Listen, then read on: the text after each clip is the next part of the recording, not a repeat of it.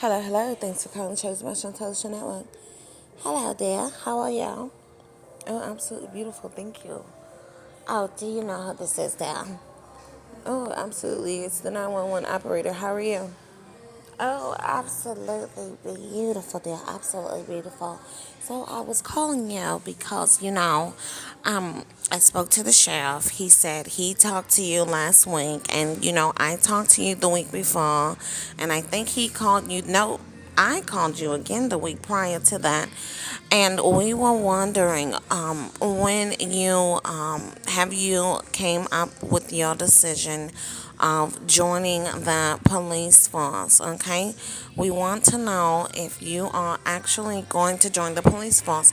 We think you will be so good at the job, and I don't know how many times we can tell you that, but I think we will be so good, so good.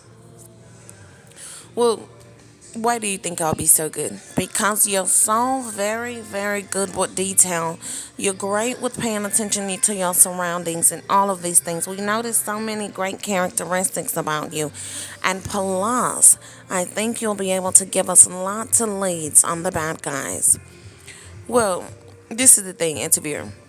Oh, I'm sorry. I'm not your interviewer. Remember, I am the 911 operator. Well, this is the thing, 911 operator. How can I give you how can I give you information on bad guys if I don't know any of them? Well, I thought you said you knew them, Dan. No, I don't know any bad guys, okay? Just because of course, if I get visions and things about people, of course I know they're bad people. So then I know okay, this person wouldn't be good for me and things, but no, operator, I am a 32-year-old woman. I am not in middle school. I am not in high school. I am not under the age of 21. And even when I wasn't going out, robbing with anybody. I wasn't going out, just doing anything with anybody. People that sold drugs when I was a kid or an adult. I mean, I'm sorry, not an adult. People that sold drugs when I was a kid or a teenager or you know, whatever. Half of these people are in prison already, dead, or, they didn't change their life. People are not out here selling drugs anymore. I personally, okay, the most people might be doing is smoking weed or selling weed or something. I personally, and besides, even if, you know, yeah, and besides, I don't I wouldn't know, seriously, I wouldn't know, honestly, that would be surprising to me and really shocking to me if I seen somebody selling drugs, even working on the police force, even selling drugs that were selling drugs when I was a kid, because they have kids, and then yeah, especially if they have kids and they're with their kids every day, that would be quite shocking to me also, because that's terrifying to me as a mother. Whoa, I'm not gonna have drugs around my kids, you know. Oh, absolutely down. Absolutely, yeah. I mean, if drugs were legal and people could own shops full of drugs and go into shops and things, then that would be different, because then it would be like their family organization and they can show their kids how to do this and do that and do this and do that, which people still do, but me personally, I wouldn't be okay with it in my surroundings, being the mother that I am. I personally wouldn't. And, I know better than to, hang with somebody who sells drugs, especially with my children. Literally, I know better than that, I really know better than that. I would never, you know. Yeah. So, there's a difference, a huge difference, okay? Just because I am, grew up in the city just like the rest of us, and, drugs are common and sex is common and all of these things, does not mean I know any of these people, okay? Like I said, I'm not out here, believe me. If I had cut friends or people I was sleeping around with, believe me, they would definitely be, you know, people not selling drugs. I'm not being mean or anything, but I'm just keeping it real. I'm a woman with a career, and I like men with careers. Not like, and to somebody else, drugs might be a career, but for me, it's not a career unless it's, like I said, unless it was like a legal thing. That's just not something that I personally am into. I like guys with like, you know, yeah, just like careers. So like I wouldn't if I'm not hanging with these people, yeah. So but do they know that? I mean, people know your name because you went to school with them or they followed you on social media or something. But that doesn't mean I'm like hanging with these people. I'm not calling these people and saying, "Hey, let's hang out," or when we walk past on the street, "Hey, let's hang out," or something like that. Like I'm not doing that. I know better. Like, you know, the first thing I would ask anybody, like, oh, sure, what is it that you do? Even though I like, even though I'm an artist, even though I do music, like I'm into those things, like I'm into education, I'm into cooking, I'm into, and media is even, media is a career, because you have photographers, you have videographers, you have, um, what did you well yeah, just anybody in media, auto engineering, so many things like that. So yeah, but before I get to know somebody like that, like that's a major thing for me, like, are you doing anything outside of this, like, yeah, that's definitely a major thing for me to know that a person is, into education and that they're into, you know, um, being with their kids full time and stuff. Just multiple things. I have so many standards, because it's just how I carry myself. And so I have so many standards to go along with that. And like I said, I'm being more verbal now, but, I realize that I don't have to be so verbal because, I just need to wing out things that I just do for entertainment and that I might just do at home or whatever, whether it's, getting naked, whether it's dancing and things like that, versus somebody else doing that for like fun or for their like, just like their everyday everything, just winging those things out because, yeah, it just helps you stay absolutely amazing. It helps you stay absolutely amazing. Oh, yes, yeah, absolutely. Yeah. Just because you're different than somebody, that doesn't mean you have to hate them. But at the same time, that doesn't mean that, you know, that just means that you should know, like, your boundaries and your standards with them. You know? Oh, absolutely, yeah, absolutely. So, what else you got for me, operator? Well, I was saying, well, if I feel like this, if they sold drugs before, they're gonna always sell drugs. They sell drugs. Like, they're gonna be doing this, they're gonna be doing that. They're gonna be like, if you're like, getting naked, if you're selling your vagina, just anything, like you have something to do with drugs. And like, you're most likely a user and everything. Well, operator, I wouldn't necessarily say that, operator.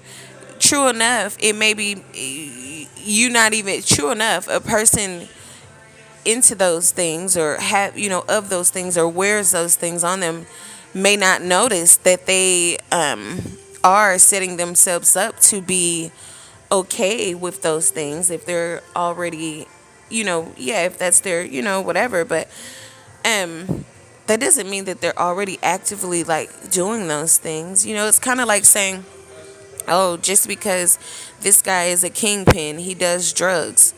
No, just because a person is a, let's say, a heavyweight, dope, or whatever the other drugs are, mover, okay, does not mean that this person is using drugs. If anything, this guy is not even on drugs. Like, this is his business, this is his money. So, like, he's not even on drugs. Like, he has to move his drugs and he has to stay focused. So, he's not even on drugs. So, most likely, he doesn't drink or smoke typically.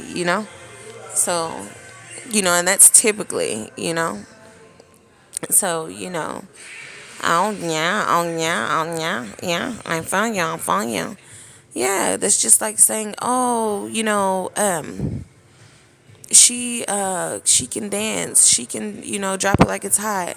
So she's out here prostituting or out here hoeing or something like that. No. Do you know how many women work in strip clubs that don't play that? Men touching all over them and stuff. Some women have to grow out of it, and some women are okay with it and stick with it and like it, and some women just were raised by their like dads or in a two family home, and they can dance, they're athletic, and they're just out here doing it, dancing, because they need to make a large amount of money, and they don't play that touching all on them and this that and the other stuff when they go to work. So that stuff all varies. The biggest part here, I'm not too concerned. My concern here is not necessarily the drugs, although drugs can lead you to other things, but my concern is not necessarily drugs. My concern is mainly just, being sure that everyone, men and women, are aware that predators are real, and, your body is very precious. And, not only do people rape and kidnap children, they also rape and kidnap adults, men and women, and, taking care of your body and loving yourself and knowing who you have around you in your household with your children and all those things are very, very, very, very important. Because, yeah, it's just very important. Yes, people can change, but you know, certain things certain things stick, okay? Certain things stick. That's just like saying, oh, this man is 30, 40 years old and he, has been child molesting all his life, or, even for a woman, this person is this old, however old, really old, and they've been doing these heinous things all their life, and all of a sudden they're not. And you mean to tell me they just stopped one day? No, this person went to prison, or somebody did that to them, something like, this person didn't just stop, okay? And even if they, and that was just for that, like, this person is gonna need some, like, some time, some healing, some help, some everything. Yes, they could have found God and needed, God to heal them from this without any of that happening, fine. But this person is definitely going to need some counseling and some evaluations and all type of stuff, so that this won't come back to them. That's all just, you know. But anyways, operator, I am honestly, I'm busy right now and I'm working. I have so much to do and so much on my mind right now. I'm trying to, get everything in order for the week for the kids and everything. And I just, as you can see, I'm really, I really can't talk about these things right now, but I wish I could help. You know, I'm gonna be honest. If I were to join the team, I wouldn't be. Well, yeah, yeah. I seen you kind of started the process. Yeah, yeah, I did.